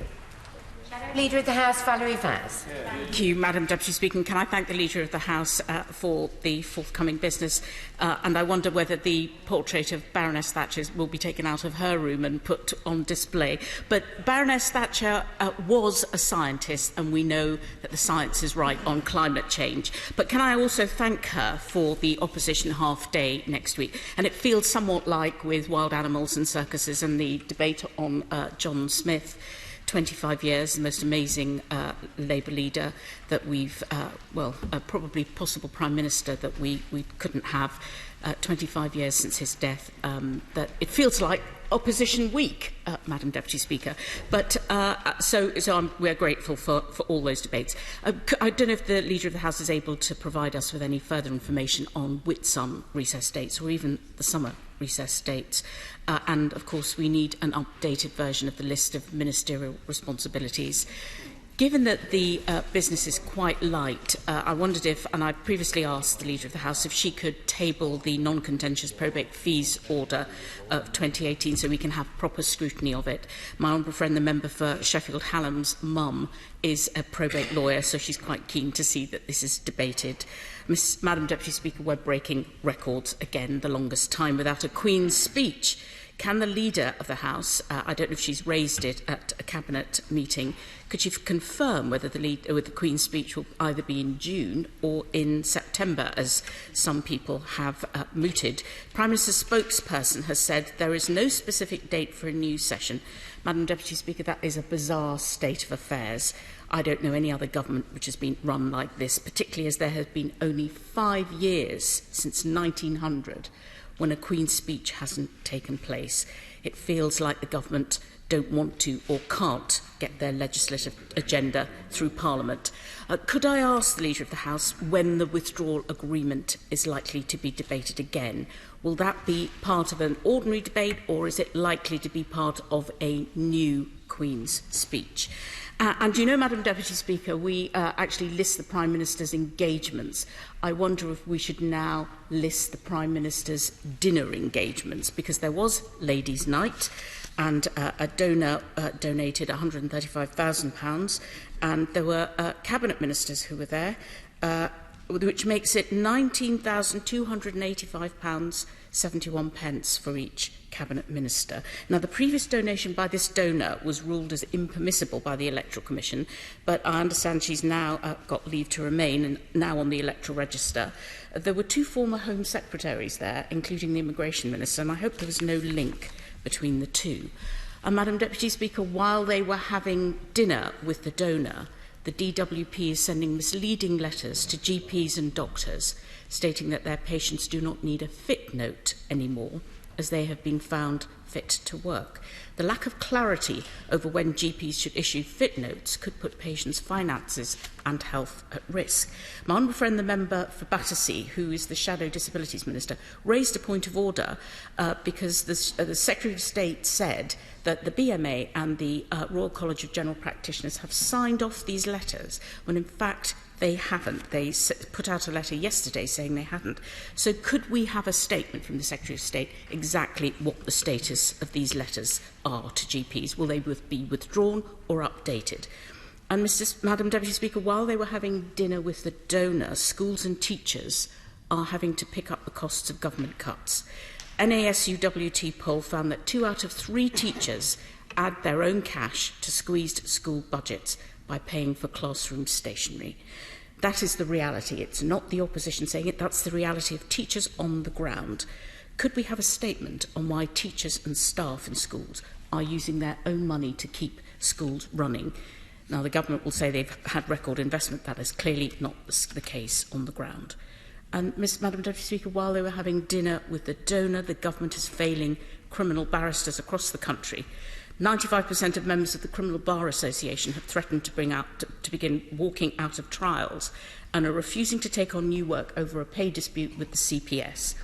84.2% of respondents to the Criminal Bar Association poll said they were effectively working for less than the minimum wage, while the workload over the past 5 years has increased. Could we have a statement on the criminal barristers' pay dispute? After all, that's the very foundation of our society. And the current Secretary of State was previously at Modge and oversaw all those cuts to the legal system. And he is the one, as we've had the urgent question, paying out £50 million of public money on top of the £33 million of the out-of-court settlement with Eurotunnel. I think we could ask the schools what they could do with that money. When will we get a statement on the accountability of this waste of public money? Now, last week, the leader wished everyone well in the local elections. What she didn't say was there aren't any district or borough elections in Northampton because the Secretary of State has cancelled them. The 7 district and borough councils would have been holding elections, but apparently the Secretary of State said that people might get confused when they move to the unitary authorities, so they won't get any elections until 2020. No vote until 2020, 5% increase in council tax, and they don't get a vote on that. But I want to take this opportunity, Madam Deputy Speaker, to thank to those councillors who are standing down. In Walsall South, Keith Chambers, who was a councillor for Bentley and Darlaston North, Ala Ditta in Palfrey, who may be back as a councillor to serve his community, and Eileen Russell in St Matthews. Eileen was a teacher, and every time we go canvassing with her, she's practically taught everybody in St Matthews. But, Madam Deputy Speaker, I don't know if you know the significance of the 29th of May. That's the date that the Prime Minister has to serve. Beyond that, to make sure she isn't the shortest-serving Prime Minister in modern times. And just for the record, the month of May is walking month. We have been warned.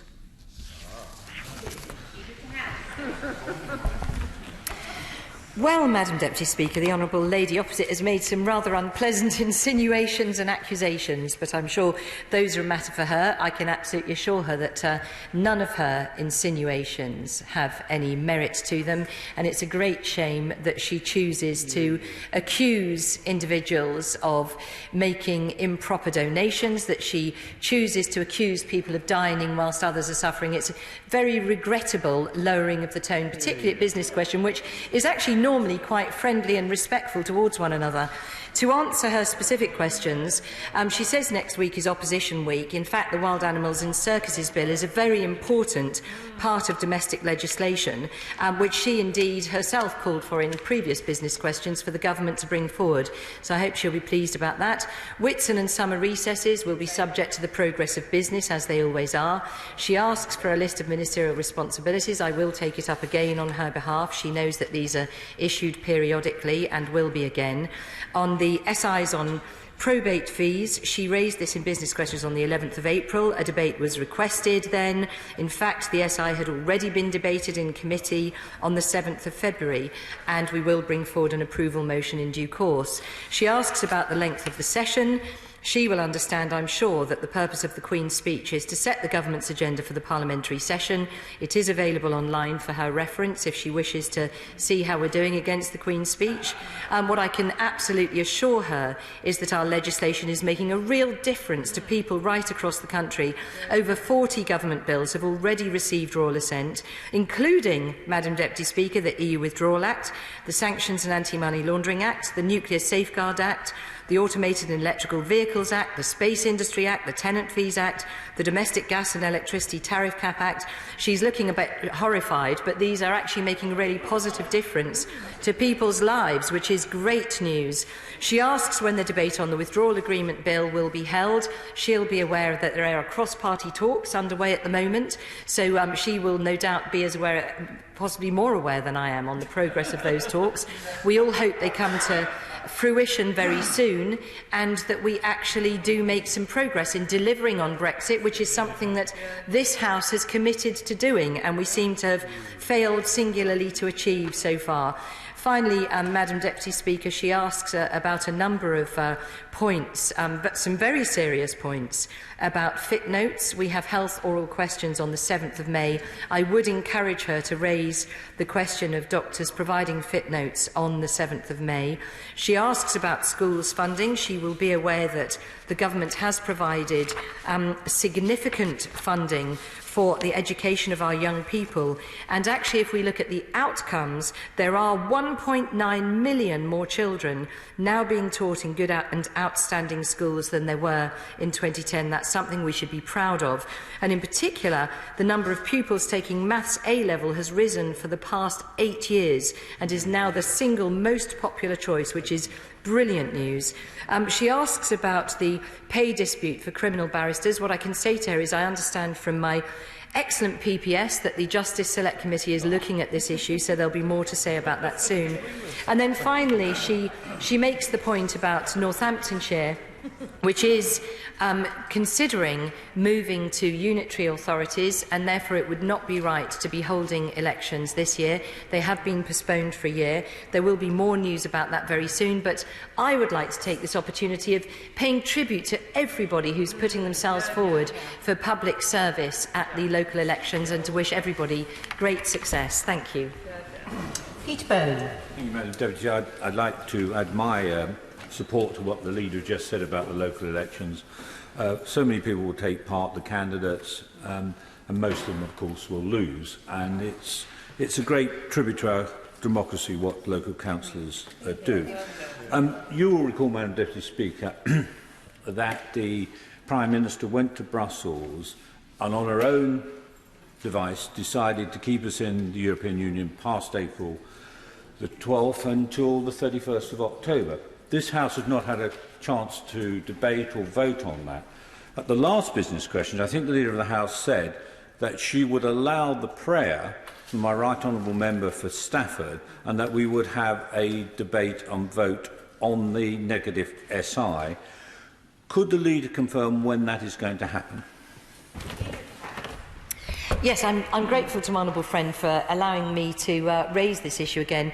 He may be aware that our honourable friend, the member for Stone, asked that this debate should be had once the views of the JCSI are known, and that will indeed be the case, so we'll come forward with further details in due course. Pete Wishart. Thank you very much, Madam Deputy Speaker, and can I thank the Leader of the House for announcing the business for this week. And who would have thought there was council by-elections in England today, given the whole of this side, I think, other than the whips, are either from Wales or Scotland. As we say, that's it, Wales. Can I thank the Leader of the House for saying that we will be heading forward with the refurbishment of this place. I think for most of the country, R&R means rock and roll, but for this place it's exclusively restoration and renewal. So I think we'll all get on down with the R&R in this place soon, Madam Deputy Speaker. I was quite intrigued by the response to the Shadow Leader's inquiry about the Queen's speech, because we're only a few weeks away from what should be the end of this parliamentary session, and apparently there's absolutely no intention, as far as my understanding of it, is to bring forward a Queen's speech. We are now in a parliamentary session that's lasted 2 years and probably just about to go into its third. We could talk about too much of a good thing, Madam Deputy Speaker, but we probably won't when we come to this particular government. The government said that there will be no Queen's speech until the withdrawal agreement is agreed. So that timeline ranges from months to weeks to about never. So I'm interested in the thoughts of the Leader of the House as to when we expect to see a Queen's speech. And we know that we're acutely aware that if there is a Queen's speech, some members of Her Majesty's loyal backbench just may feel obliged to vote it down in a peak of Brexit rage. So we're looking forward, therefore, Madam Deputy Speaker, to more business like this, conjured up bills, opposition days, and with no disrespect to my good friend on the front bench here, more backbench business debates. There will be no new substantial legislation, no new programme of government. To call this a zombie government would be to show massive disrespect to the brain-eating living dead. The purgatory that we will now endure in the business of the House is now acquiring a semi-permanent nature. And, Madam Speaker, could we maybe have a debate about when a government can no longer call itself a government? This is a government that's now lost almost half of its ministerial team, where they're actually now running out of people to promote and finding even more backbenchers telling them, no thanks, wanting nothing more to do with the shambles of our government. I don't know how much longer this could be sustained or endured. There seems no prospect of a general election. Even these zombies won't vote for a zombie Christmas to put them out of our misery, and the Prime Minister seems to limp on from week to week. Maybe it is about time for Prime Minister Shaun of the Dead and the full unleashed zombie apocalypse to come. Hear, hear, hear. Well, Madam Deputy Speaker, how does one respond to that? I was actually rather hoping that the honourable gentleman might allude to the fact that he's after Mr Speaker's job, because, of course, had he raised that in the context of the question of next week's bill, which is to ban wild animals in travelling circuses, I could have questioned him about whether he was in fact hoping to be the new ringmaster, perhaps the new greatest showman. But of course, since we all absolutely love Hugh Jackman, well, I do anyway, I'm not sure that he could completely fill his shoes, but I'd be willing to give it a try, particularly on the grounds that he did say if it came to a tie, he would vote against Scottish independence. Oh, I think he did. Bob Blackman. Madam Deputy Speaker, yesterday, amongst many other things, was the National Day of Gujarats in India. And I was privileged to be at the Indian High Commission last night as we joined in these celebrations, not only of what is going on in the economic powerhouse of India, but also the contribution of the Gujarati people, not only in the UK, but across the world. Wherever Gujaratis have made their home, education has improved, entrepreneurship has improved, family life has improved, and law-abiding behaviour has improved. So can my right honourable friend see time for us to have a debate in this place on the contribution made by Gujaratis to the United Kingdom, especially given that only in the past few days we've had excellent debates on the contribution made by Jains and also by Sikhs. And I think it's time that we actually celebrated what the Gujarati community have done for this country since they've chosen to make this their home. Well, I think my honourable friend raises an excellent proposal, and I absolutely agree with him that the Gujarati community has made a significant contribution to the United Kingdom, and I pay tribute to him for raising that on behalf of his own constituents. He might well like to seek a Westminster Hall debate so that all honourable members can share their own experiences. Ian Mearns. Very grateful, Madam Deputy Speaker. I'm grateful to the Leader of the House for announcing the business for next week, in particular the backbench business on Thursday with the debates on acquired brain injury, which is an issue sponsored by the Honourable Member for Rhondda, and the 25th anniversary of the death of the late John Smith, the leader of the Labour Party. And I did have the privilege of visiting John Smith's graveside on the beautiful island of Iona only last summer. So I'm very glad that we're commemorating his loss, which was a tragedy for the party and for British politics. If we get the 16th of May, Leader of the House, we've already got 2 debates lined up. The previously postponed debate regarding the definition of Islamophobia and something which is time-specific, which is the International Day Against Homophobia, Biphobia and Transphobia. So if we can get that time, we'd be very, very grateful. Could I also point out to the Leader of the House and to the House authorities, although when we come back after a bank holiday, we do change the hours so that the Tuesday in the Chamber is Monday hours, the Westminster Hall times are a variation. And it's, instead of starting at 9:30, we start at 11:30, but on a Monday we wouldn't start in Westminster Hall at 11:30. And that does make life very difficult for members who wish to participate in those debates, but have to travel from further afield. North of England members, Scottish members, Northern Irish members and Welsh members in particular, and those coming from the South West in particular. So could we have a look at that? Because it is really rather unfair. Members wishing to take part in those debates beginning at 11:30 on a Tuesday following a bank holiday actually will have to travel down the night before, which is not the case for all members across the House. Well, I think the honourable gentleman makes a really good point, and it's certainly something I'm very happy to look into, and will perhaps meet with him to discuss it further.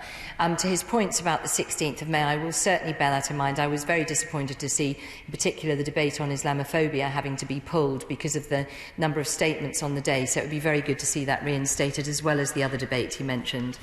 James Heapy. Thank you, Madam Speaker. I know the Leader will be seized by the importance of dealing with the climate emergency we face, and I know that she will agree with me that this place must show leadership in achieving net zero as soon as possible. Can I make 3 immediate suggestions to the Leader? Firstly, that IPSA allow carbon offsetting as part of travel expenses.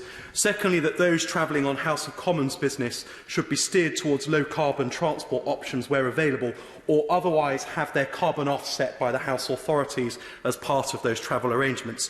And that thirdly, IPSA make available a one-off fund for the installation of energy efficiency measures and other clean tech in our constituency offices so we can decarbonise our efforts beyond here. Leader of the House. Well, my honourable friend makes some excellent recommendations. He's absolutely right that the government since 2010 are delivering on our ambition to be the greenest government ever, and I certainly look forward to introducing to the fact that we will introduce the first environment bill in over 20 years.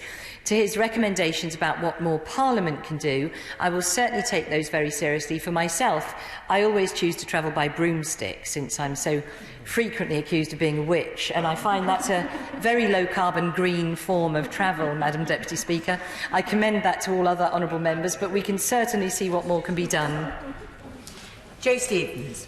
Deputy Speaker, delays, mistakes, lost documents, extortionate application fees and being on the receiving end of a default mode of suspicion.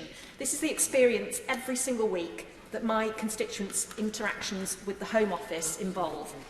Will the Leader ask the Home Secretary to make a statement on the systemic failures of his department and what he's going to do about it? Well, the Honourable Lady makes a very serious accusation, and I know that quite frequently Honourable Members raise particular constituency problems that they've had. I'm always very sympathetic to individual issues and have raised a number of them on behalf of members with the Home Office directly. If the Honourable Lady wants to seek perhaps a more general discussion of the way that the Home Office manages visas, etc., I would encourage her to perhaps seek a Westminster Hall debate or to raise it directly at Home Office questions at the next opportunity. Chris Davis. Thank you, Madam Deputy Speaker. Earlier this week, Radiotherapy for Life organised an excellent event here in the Palace of Westminster. As my wife is a therapeutic radiographer, treating patients with cancer on a daily basis from not just Brecon and Radnorshire but throughout the Welsh borders, I'd like to remind this House that 1 in 4 of us will require radiotherapy treatment at some time in our life. Madam Deputy Speaker, that's 1 in 4 of us. And 40% of cancer cures are thanks to radiotherapy. Can I therefore ask my right honourable friend if we could have a debate on what more we can do to help these excellent medical professionals carry out their job, and also to help encourage more people to enter this very worthwhile profession? Well, I commend my honourable friend for raising this issue. He's absolutely right to do so, and it gives me the opportunity to pay tribute to the important work of radiographers. I can tell him that a number of my own family have benefited from the hard work and skill of radiography, and I'm sure that that's also the case for many honourable and right honourable members here today. He'll be pleased to know that we have over 3,200 more diagnostic and therapeutic radiographers compared to 2010, and that NHS England has confirmed funding of over £600 million to support the delivery of the cancer strategy for England. Alison Toulis. Madam Deputy Speaker, can we have a debate on the cruel impact of no recourse to public funds? My constituent who first came through my door in May 2015 is working all the hours she can but cannot earn enough to make ends meet, and her British-born daughter asked me why they don't have any money. No recourse to public funds is forcing families into poverty, and I would like the opportunity to hold the government to account on this.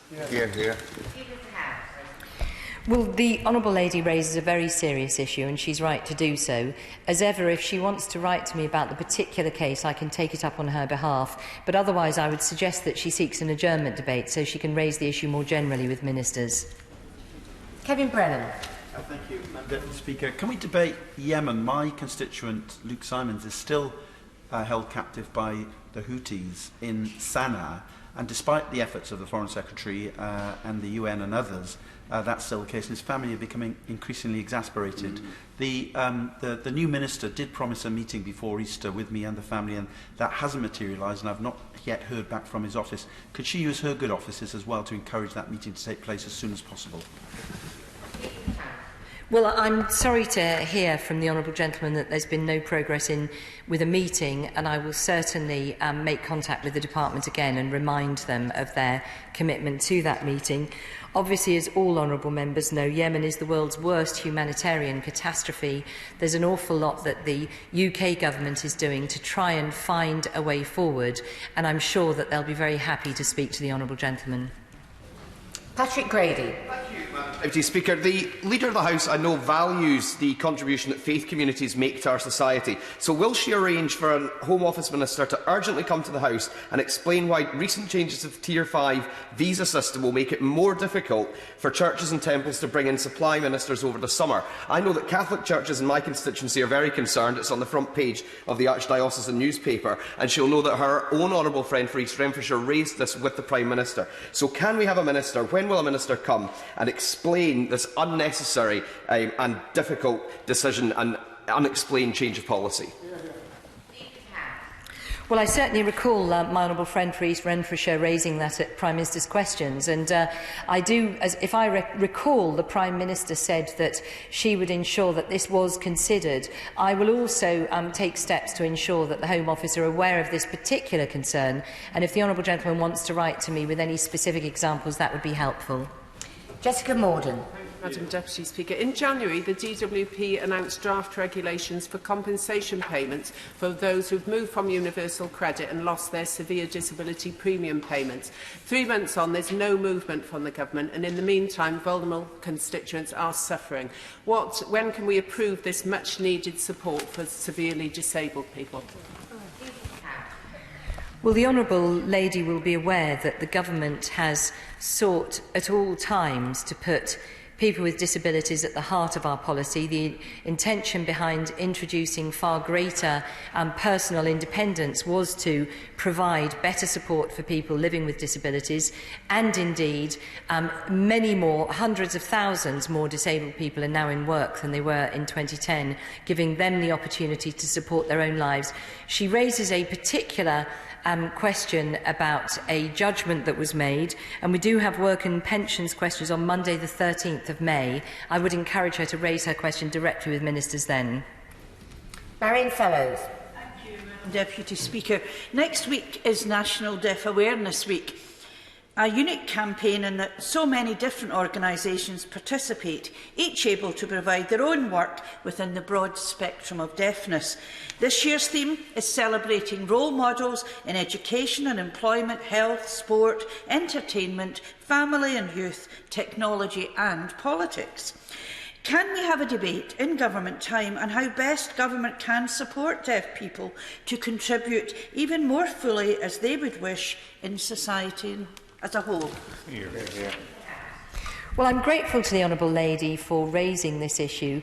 Deafness is, of course, incredibly difficult for people to live with, and the Government has sought to take strong steps to improve the quality of life and the inclusiveness of services and so on to try and support people who suffer from deafness. The Honourable Lady is raising an incredibly important issue, and I recommend that she perhaps seeks a Westminster Hall debate so that all honourable members can share their ideas.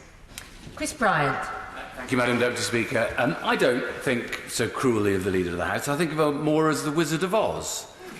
Yeah. But can I just ask her that I know she dismisses this whole issue about how long the parliamentary session has gone on for. But in the old days, we used to have a new parliamentary session every year. The government laid out its programme, and then we debated it, and opposition members or members of the government side had a chance to hold the government to account. We had a new process of starting private members' bills with a new ballot, and we had a fixed number of days for opposition days and for backbench business days. All of that has gone out of the window now, because today we've sat for the 296th day in this session, which makes it the longest session of this Parliament since the Glorious Revolution in 1688. And I think that that's a mistake, because we used to get 2 weeks' business in a row. Now we get just 3 days' business in a row. And I know that she'll say, oh, well, it's because there's all sorts of important things that you shouldn't have to worry about. But the truth is, we all have constituents. We like to make commitments to our constituency. Some of us have important medical appointments that we have to make. I've heard of male and female members who want to go to the screening that they should have because they're over 50 or they're over 45, and they've not been able to make a commitment to do that. So in the interests of everybody's health in this House, can she please get back to a proper process of having a Queen's speech every year and announcing the business 2 weeks in advance? Well, the Honourable Gentleman, if I was the Wizard of Oz, could certainly be a munchkin. But he would be very welcome in that role. Well, I don't think he'd see himself as Dorothy at all, but that's another possibility. Okay, indeed, with the red shoes, no doubt. He does raise a very important point, and he will be aware that at the beginning of this session it was announced that it was going to be an extended session because we had significant amount of Brexit legislation to get through, as well as a very packed domestic legislative programme. That still remains the case, and we keep the end of the session under review. He talks about announcing 2 weeks of business. That there isn't a specific convention around the future business being announced, and it's been the case for a very long time that the period of future business announced depends on the predictability of future business. And so I can say to him that if this House were to embrace the opportunity to deliver on the will of the people as expressed in the referendum in 2016 and vote to leave the European Union, then we could get back to normal. We could end the session, we could move on, we could all start talking about something else. So I do encourage all honourable and right honourable members to think again about voting for the withdrawal agreement bill when it comes back. Chris Stevens. Madam Deputy Speaker, perhaps the best comparison to compare the government is the White Walkers in Game of Thrones, but can we have two statements? Can we firstly have a statement from the government as to what it's doing to try and resolve the industrial dispute between Interserve employees and the Foreign and Commonwealth Office and those Interserve employees working there? And secondly, can we have a statement as to why those Interserve employees were due to be paid for their work in April and are not being paid, and why the suggestion was their pay dates would be changed to June, and that doesn't seem to have been the case. We now have some of the lowest paid workers unpaid for their work in the Foreign and Commonwealth Office. Does this not demonstrate that Interserve as a company are unfit to deliver public services? Well, the honourable gentleman will know that the government takes very seriously any private sector provision of public services and ensures at all times that there is good value for taxpayers' money as well as proper safeguards in place. We do have Foreign and Commonwealth questions on Tuesday the 14th of May, and I would encourage him to ask his specific question then. Susan Ellen-Jones.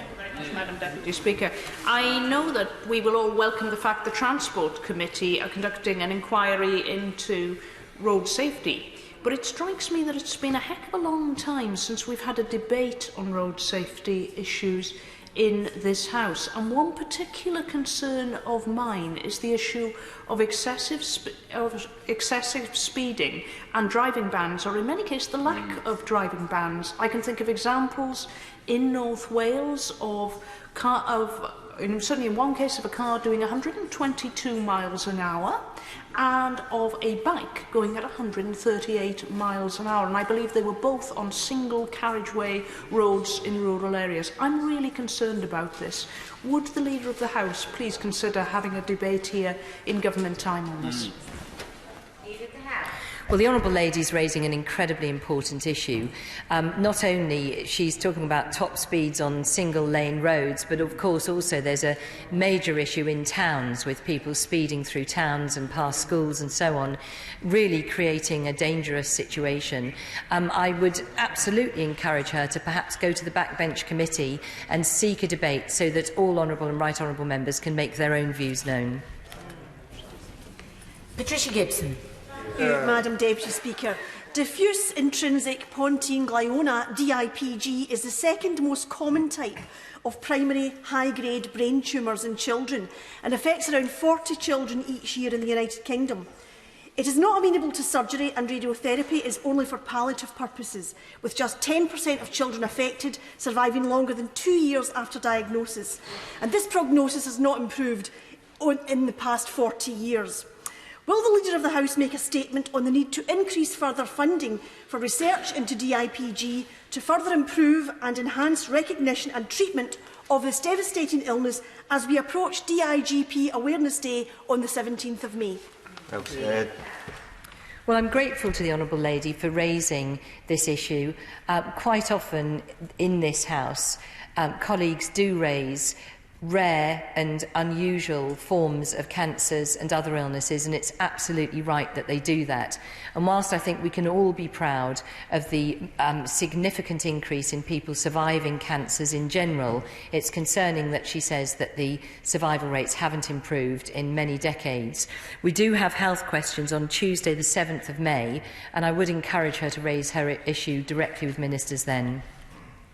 Paul Sweeney. Thank you, Madam Deputy Speaker. I'd like to say I associate myself with the concerns of the Honourable Member for Glasgow North and East Renfrewshire about the issue of clergy visas, and it's been raised by priests in my constituency as well. But whilst churches are a critical part of our community, many other aspects of our community are important too, and particularly our high streets. And I'd like to commend Scran, which is a new cafe opened in Alexandra Parade in my constituency, and it won the Scottish Entertainment and Hospitality Award for Best Cafe in Scotland, despite just being open for 7 months. So it's a great achievement for them and all of what they've done. So we could have a debate in government time about the critical role of our high streets